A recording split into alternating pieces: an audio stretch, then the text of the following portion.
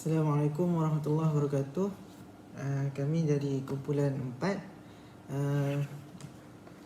akan insyaAllah membentangkan tentang hasil kajian. Jadi kumpulan kami mengambil tajuk membuat kajian tentang tajuk penerimaan mahasiswa terhadap pembelajaran secara atas talian. Okey, ahli grup kami adalah saya sendiri, Mahfuz bin Isa, A178093, dan kemudian Muhammad Hanif bin Abdul Rahim, A178099, dan yang ketiga Muhammad Muhandis bin Syaifuddin, A178025. Kami dari semester 2, sesi 2019-2020, pengajian berterusan jarak jauh, Fakulti Pengajian Islam, Universiti Kebangsaan Malaysia, Bangi, Selangor. Okey, InsyaAllah. Okey, untuk abstrak, tujuan kajian ini dijalankan adalah untuk mengetahui bagaimanakah keadaan pelajar, khususnya mahasiswa yang terpaksa menghadapi kelas secara atas talian sepanjang Perintah Kawalan Pergerakan yang mempunyai pelbagai halangan dan cabaran yang berbeza mengikut tempat, masa dan keadaan. Okey, metodologi kajian hanyalah dijalankan secara kuantitatif menggunakan Google Form dan disebarkan menggunakan medium media sosial kepada responden, dan sumber kajian juga terhadap perpustakaan atas talian dan carian atas talian. Hasil kajian mendapati sebahagian besar mahasiswa daripada responden tidak bersetuju dengan pembelajaran secara atas talian disebabkan beberapa faktor yang tidak dapat dielakkan dan wujud pelbagai halangan untuk menyebabkan diri dalam kelas secara atas talian. Okey, untuk pengenalan kajian ni ialah timbulnya selepas penularan wabak penyakit COVID-19. Jadi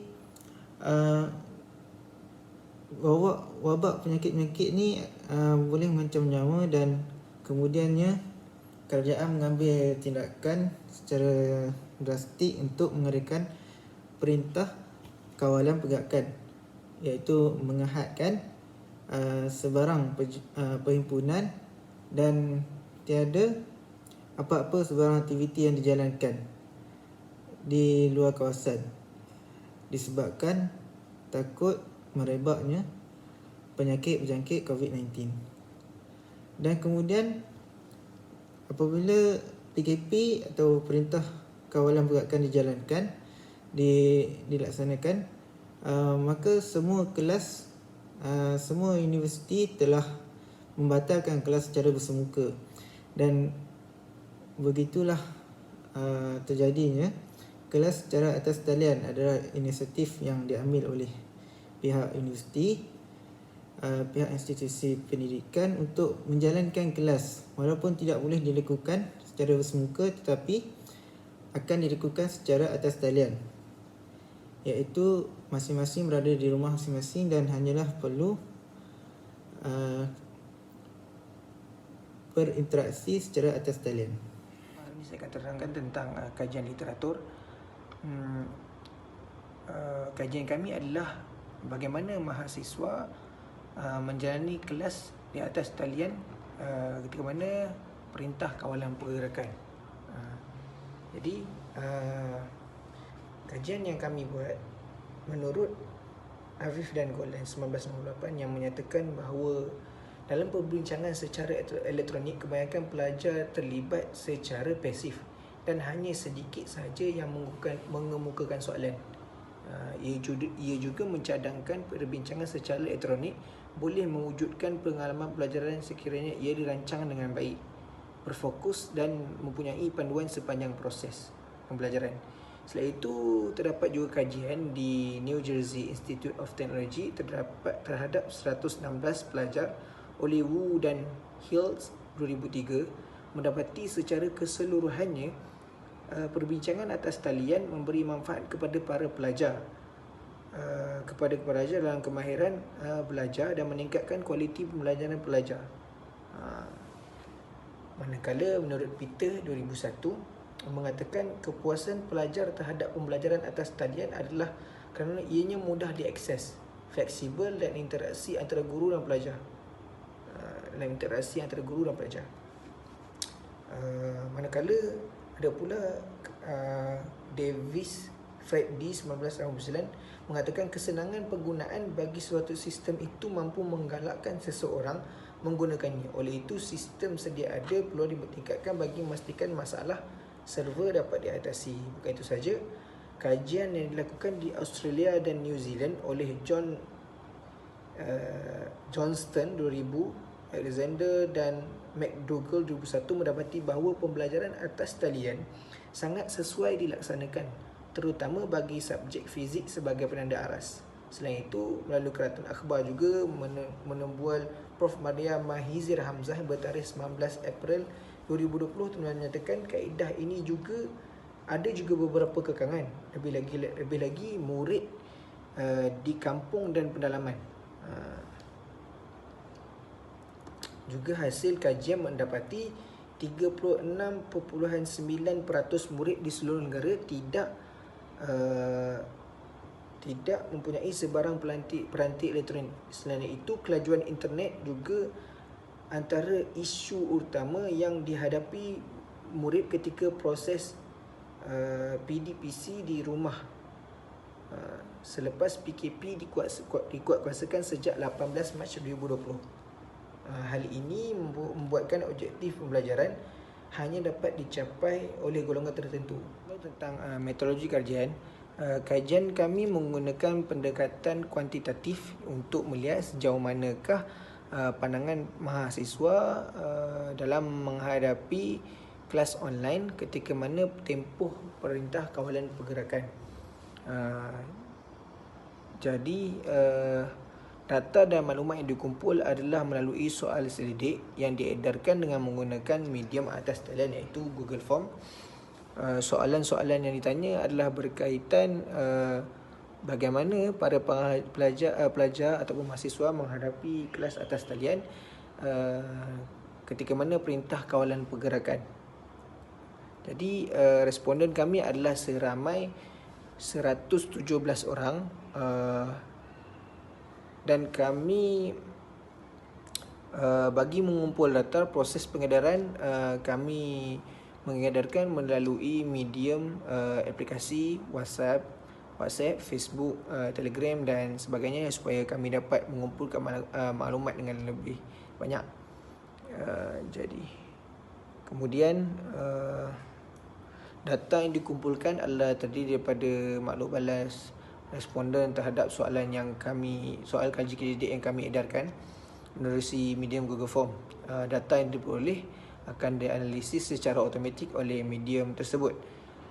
Penganalisan data melibatkan statistik deskriptif, statistik untuk menunjukkan markah min dan peratus digunakan untuk menjelaskan latar belakang responden. Soal sidik berkenaan dengan bagaimana pelajar atau mahasiswa menghadapi kelas atas talian ketika perintah kawalan pergerakan. Bismillahirrahmanirrahim. Alhamdulillahirabbil alamin wassalatu wassalamu ala asyrafil anbiya'i wal mursalin wa ala alihi washabihi ajma'in. Saya Muhammad Hanifi Abdul Rahim, bernombor matrik A178099. Insya-Allah saya akan ambil bahagian. Saya akan membentangkan tentang dapatan kajian dan perbincangan. Okey, baik. Dapatan kajian ni kita ada dua bahagian, terbahagi kepada dua iaitu positif dan negatif. Okey.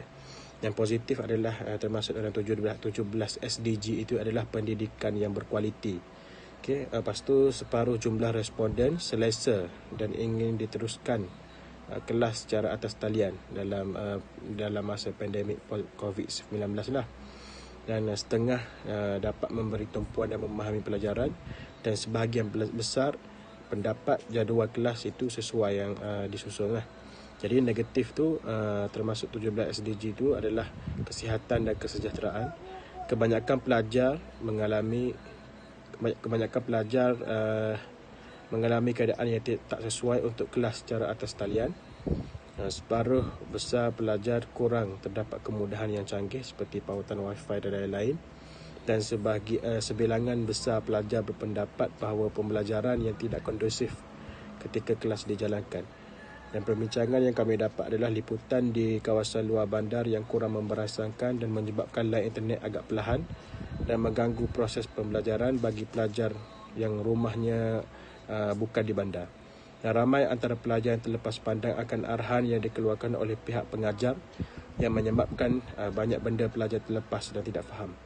Kebanyakan pelajar yang tidak mempunyai laptop menyebabkan masalah yang kadang-kadang tidak dapat akses masuk melalui telefon pintar dan keadaan telefon yang selalu hang.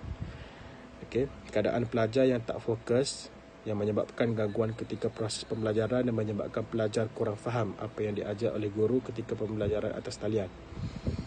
Dan berlaku godaman pada laman sesawan yang boleh menyebabkan maklumat peribadi pelajar terancam. Maklumat pelajar mudah untuk dicuri ketika sesi pembelajaran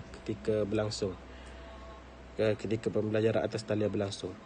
Pelajar tidak menjaga adab dan tingkah laku semasa kelas atas talian berlangsung menyebabkan pelajar tidak faham sepenuhnya apa yang dipelajari dan menyebabkan tiada keberkatan ilmu yang dapat daripada guru. Okey, baik, yang selebihnya insya-Allah kawan saya akan sambung. Jadi saya mengucapkan banyak-banyak terima kasih kepada doktor. Wabillahi taufiq wal hidayah. Assalamualaikum warahmatullahi wabarakatuh. Okey, untuk akhir sekali kesimpulan, kelas secara atas talian perlu diteruskan atas faktor keselamatan kerana jumlah pelajar begitu ramai sekiranya ingin dijalankan kelas secara bersemuka. Kaedah pelaksanaan kelas secara atas talian perlu diperhalusi dan dipertingkatkan untuk memperbaiki mutu pendidikan agar tiada yang ketinggalan walaupun kelas dijalankan secara atas talian. Dan kaedah pelaksanaan kelas secara bersemuka perlu dilaksanakan atas faktor yang tidak dapat dielakkan pelajar melibatkan diri dalam kelas secara atas talian, iaitu bagi mereka yang tidak dapat melibatkan diri untuk kelas secara atas talian boleh diharapkan dapat menghadirkan diri untuk kelas secara bersemuka dengan menjaga penjarakan sosial dan mengamalkan norma baru. Persekitaran untuk dilakukan kelas perlu diseragamkan dan diselaraskan bersesuaian dengan peringkat pendidikan. Contohnya seperti sekolah rendah dan sekolah menengah dan juga universiti. Setiap peringkat pendidikan tu perlu dijalankan berkesesuaian dengan penerimaan pelajar dan juga pengajar. Dan kelas secara atas talian perlu dijalankan mengikut prosedur yang tetap dan bersesuaian dengan keadaan pelajar dan juga pengajar. Sekiranya tidak boleh dijalankan pembelajaran secara bersemuka, kelas secara atas talian perlu dijalankan mengikut prosedur yang tetap dan bersesuaian melihat kepada keadaan pelajar dan juga melihat kepada keadaan pengajar. Kemudahan perlu disediakan kerana terdapat pelbagai faktor yang menyebabkan pelajar tidak dapat menghadiri kelas secara atas talian. Maknanya pihak universiti dan juga pihak pensyarah perlulah melihat kesesuaian keadaan pelajar yang rata-ratanya merupakan bukanlah tinggal di kawasan bandar dan terdapat rangkaian wifi ataupun pautan internet yang kuat. Jadi perkara ini perlulah diperhalusi dan diambil perhatian oleh pihak universiti dan juga pensyarah agar semua pihak dapat melibatkan diri dalam kelas dan seterusnya mencapai target